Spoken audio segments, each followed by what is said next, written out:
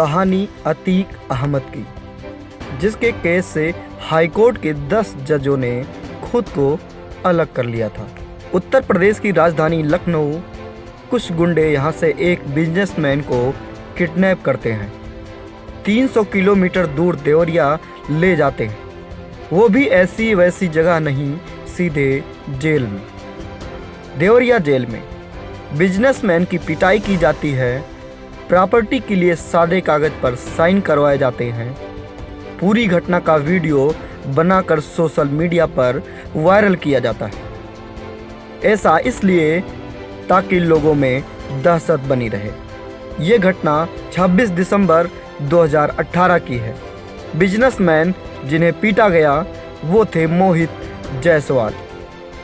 मोहित ने आरोप लगाया था कि उनका अपहरण अतीक अहमद ने करवाया था। वारदात के बाद मोहित ने एक टीवी चैनल से कहा था, जेल के अंदर ले जाकर मुझे डंडों से मारा गया, 15-20 आदमियों ने पकड़कर मुझे बहुत मारा, खाली पेपर पर साइन करवाए, मुझसे मेरी एसयूवी छीन ली गई, कहा गया कि तुम जेल के अंदर हो इसलिए तुम्हारी हत्या नहीं हो सकती, नहीं तो मार देते। इस घटना के बाद अतीक अहमद को देवरिया से बरेली जेल भेजा गया। वहां के जेल प्रशासन ने अतीक को रखने से हाथ खड़े कर दिए। लोकसभा चुनाव सामने थे, अतीक को कड़ी सुरक्षा में रखना जरूरी था, सो इलाहाबाद के नैनी जेल में शिफ्ट कर दिया गया। उधर देवरिया जेल कांड का मामला सुप्रीम कोर्ट तक पहुंच गया। कोर्ट ने सीबीआई को मुकदमा दर्ज कर जांच का आदेश दिया। अतीक अहमद और बेटे के अलावा 4 सहयोगियों और 10-12 अज्ञात के खिलाफ मामला दर्ज हुआ। 23 अप्रैल 2019 को सुप्रीम कोर्ट ने यूपी सरकार को आदेश दिया कि अतीक अहमद को यूपी के बाहर शिफ्ट किया जाए। उसके बाद यूपी सरकार ने 3 जून 2019 को उसे अहमदाबाद की साबरमती जेल में शिफ्ट कराया। आज हम इस घटना की याद आपको इसलिए दिला रहे हैं क्योंकि अतीक अहमद फिर चर्चा में है। यूपी की आदित्यनाथ सरकार ने अतीक पर शिकंजा तेज कर दिया है। अतीक की लगभग 60 करोड़ की 7 संपत्तियां कुर्क की जा चुकी है।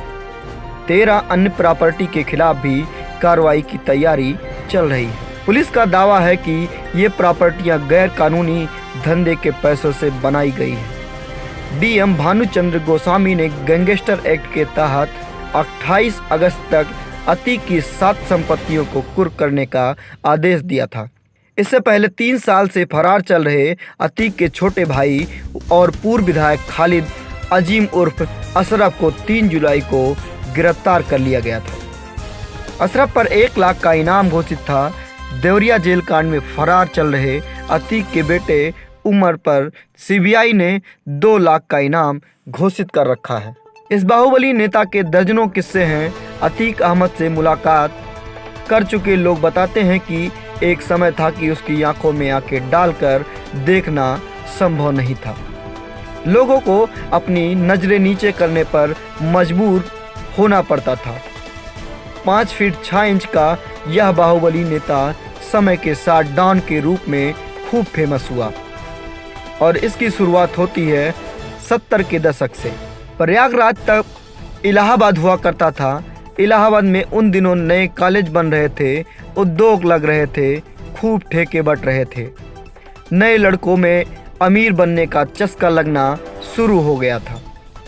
वो अमीर बनने के लिए कुछ भी करने को उतारू थे। कुछ भी मतलब कुछ भी, हत्या और अपहरण भी। इलाहाबाद में एक मोहल्ला है चकिया। साल था 1989। इस मोहल्ले का एक लड़का हाई स्कूल में फेल हो गया। उसके पिता इलाहाबाद स्टेशन पर तांगा चलाते थे, लेकिन अमीर बनने का चस्का तो उसे भी था। 17 साल की उम्र में हत्या का आरोप लगा और उसके बाद उसका धंधा चल निकला।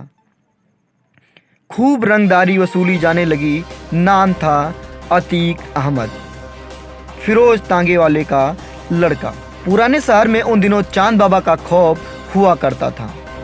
पुराने जानकर बताते हैं कि पुलिस भी चौक और रानी मंडी की तरफ जाने से डरती थी।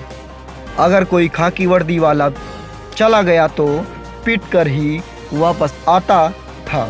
लोग कहते हैं कि उस समय तक चकिया के इस 20-22 साल के लड़के अतीक को ठीक ठाक गुंडा माना जाने लगा था। पुलिस और नेता दोनों उसे सह दे रहे थे। वे चांद बाबा के खौफ को खत्म करना चाह रहे थे। खौफ खड़ा करने की कवायद की गई और इसी कवायद का नतीजा था अतीक का उभार, जो आगे चलकर चांद बाबा से ज़्यादा पुलिस के खिलाफ खतरनाक होने वाला था। साल 1986 प्रदेश में वीर बहादुर सिंह की सरकार थी। केंद्र में थे राजीव गांधी।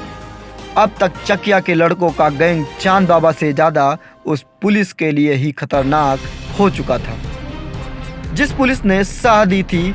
अब पुलिस अतीक और उसके लड़कों को गली गली खोज रही थी। एक दिन पुलिस अतीक को उठा ले गई, बिना किसी लिखा पढ़ी के थाने ले गई। किसी को कोई सूचना नहीं। लोगों को लगा कि अब काम खत्म है। परिचितों ने खोजबीन शुरू की। इलाहाबाद के ही रहने वाले एक कांग्रेस के सांसद को सूचना दी गई। बताया जाता है कि वह सांसद प्रधानमंत्री राजीव गांधी का करीबी था। दिल्ली से फ़ोन आया लखनऊ से फ़ोन गया इलाहाबाद और फिर पुलिस ने अतीक को छोड़ दिया। लेकिन अब अतीक पुलिस के लिए नासूर बन चुका था। वो उसे ऐसे ही नहीं छोड़ना चाहती थी। अतीक को भी भनक लग गई थी। एक दिन भेष बदलकर अपने एक साथी के साथ कचहरी पहुंचा बुलेट से और एक पुराने मामले में जमानत तुड़वाकर सरेंडर कर दिया। जेल जाते ही पुलिस उस पर टूट पड़ी। उसके खिलाफ NSA लगा दिया। बाहर लोगों में मैसेज गया कि अतीक बर्बाद हो गया। लोगों में सहानुभूति पैदा हो गई। 1 साल बाद अतीक जेल से बाहर आ गया। जेल से आते ही उसने इस सहानुभूति का फ़ायदा उठाया। साथ मिला उसी कांग्रेसी सांसद का, जिसकी वजह से वो जिंदा बच पाया था। लेकिन अब बचने के लिए सियासत ही काम आ सकती थी और ऐसा ही हुआ। 1989 में यूपी में विधानसभा के चुनाव हुए। इलाहाबाद पश्चिमी से अतीक ने निर्दलीय पर्चा भरा।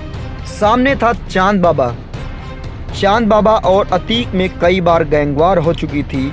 अपराध जगत में अतीक की तरक्की चांद बाबा को अखर रही थी। यही कारण था कि चांद बाबा ने सीधी चुनौती दी, हार गए। अतीक अहमद विधायक बन चुका था। कुछ ही महीनों बाद चांद बाबा की हत्या हो गई। बीच चौराहे भरे बाजार, धीरे धीरे एक एक करके चांद बाबा का पूरा गैंग खत्म हो गया। कुछ मार दिए गए, बाकी भाग गए। बाबा का दौर खत्म हो चुका था। अब भाई का दौर आ गया था। चांद बाबा की हत्या के बाद अतीक का खौफ इस कदर फैला कि लोग इलाहाबाद पश्चिमी सीट से टिकट लेने से खुद ही मना कर देते। यही कारण था कि अतीक ने निर्दलीय रहकर 1991 और 1993 में भी लगातार चुनाव जीते। इसी बीच सपा से नज़दीकी बढ़ी। 1996 में सपा के टिकट से चुनाव लड़ा और चौथी बार विधायक बना। 1999 में अपना दल का हाथ थामा, प्रतापगढ़ से चुनाव लड़ा लेकिन जीत नहीं पाया। 2002 में अपना दल से ही चुनाव लड़ा, पुरानी सीट से, और 5वीं बार शहर पश्चिमी से विधानसभा में पहुंच गया। इलाहाबाद के ही रहने वाले जिस सांसद ने अतीक पर हाथ रखा था वो बड़े कारोबारी भी थे। इलाहाबाद के पुराने लोग बताते हैं कि उस वक्त शहर में सिर्फ उसी सांसद के पास निसान और मर्सिडीज जैसी विदेशी गाड़ियां होती थी। लेकिन अतीक को भी इसका चस्का लग गया था। कुछ ही दिन में उसने भी विदेशी गाड़ी खरीद ली। अब उसका नाम सांसद के नाम से बड़ा होने लगा था। सांसद जी को बात नागवार गुजरी और ऐसी गुजरी की विदेशी गाड़ियां ही रखनी छोड़ दी। गाड़ियों के बाद नंबर था हथियार का। चकिया के रहने वाले लोग बताते हैं कि अतीक को 2 ही चीज़ों का शौक रहा, हथियार और विदेशी गाड़ी। दर्जनों विदेशी लग्जरी गाड़ियां अब तक उसके काफिले में रही।